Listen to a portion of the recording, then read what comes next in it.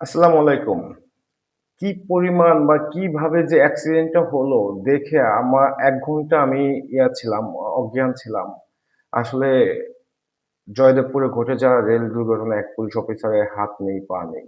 মানে চোখের সামনে এমন অবস্থা হয়েছে মানে দেখার পরে আমি হুঁশ ছিল না। তো যাই হোক আপনাদেরকে আমি ঘটনার বিবরণটা বলতেছি।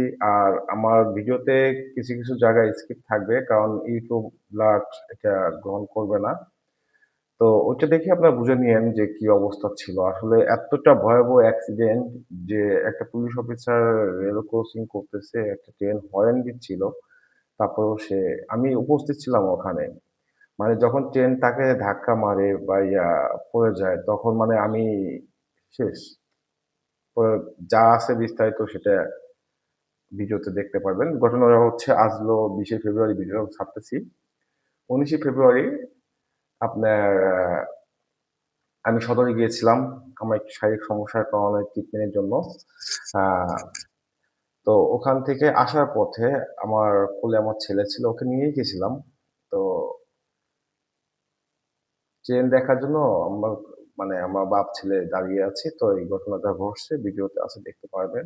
মানে ওকে দেখার পরে আসলে আমার কোনো হুঁশ ছিল না। তো যাই হোক ঘটনাটা ঘটছে ১৯শে ফেব্রুয়ারি সকাল ১১:১০ থেকে ১১ মিনিটে। ওকে? তো দেখেন অবস্থা। ভালোবাসা। তো দৌড়ে ছুটে যাই। ছুটে যেয়ে দেখি যে আসলে ট্রেনটা এমনভাবে ব্রেক করলো মানে বাবু প্ল্যাটফর্মে অ্যাক্সিডেন্ট করছে। দাঁড়ায় নাই। মানে তার আগেই হাতে আসো, হয়তো ১০০ হাতে আসো। মিটার বা ২০ মিটার আগেই ট্রেনটা এমন বেগে ব্রেক করলো যে বগিতে বাড়ি খেয়ে বিকট একটা আওয়াজ হইছে। এটা হচ্ছে আপনার জয়দেবপুর রেল স্টেশন। আ পরে আমি আমার ছেলেকে কোলে নিয়ে যাই দেখি মানে ওকে ছোট ওকে দেখানো মানে সম্ভব হচ্ছিল না। তারপরেও ওকে ধরে রেখে যতটুকু পারছি আমি তাকে মানুষ করে দেওয়ার চেষ্টা করছি।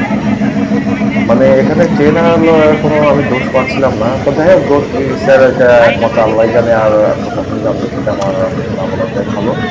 আমি যতটুকু দেখেছি দেখেন পাও এটা থেতলায় গেছে। আসলে ভিডিওতে তো আপনার YouTube এ এরকম হার্ডলি দেওয়া উচিত না। আমি এজন্য কিছু স্কিপ করছি যাতে কিছু মনে করবেন না, বুঝে নিবেন আরকি। তো যতটুকু পারছি আপনাদের মাঝে তুলে ধরার চেষ্টা করছি। কতটুকু আগে এজন্য আমি সবাইকে বলব ভাই রোড গায়ে যখন চলাফেরা করবেন একটু আল্লাহ! সচেতন ভাবে চলাফেরা করবেন। একটা অ্যাক্সিডেন্ট হারিয়ে গেল তার জন্য এরকম মুহূর্ত জীবন। যদি অ্যাক্সিডেন্ট মারা যায় তাহলে এটা তো আল্লাহর রহমতে বাইঁচে গেলেন। আর যদি এরকম হাত পা যদি এগুলো ছাড়া থাকতে হয় তার জীবন কি হবে এই পুলিশ অফিসার ভাইটার? একটা হাত পড়ে গেছে, পা পড়ে গেছে। সামান্য একটু পাটা ঝুলে আছে। হাত আলাদা হয়ে গেছে চোখ। মানে হৃদয়বিদিক ঘটনাটা দেখে আমি আসলে চোখে পানি ধরে রাখতে পারি না।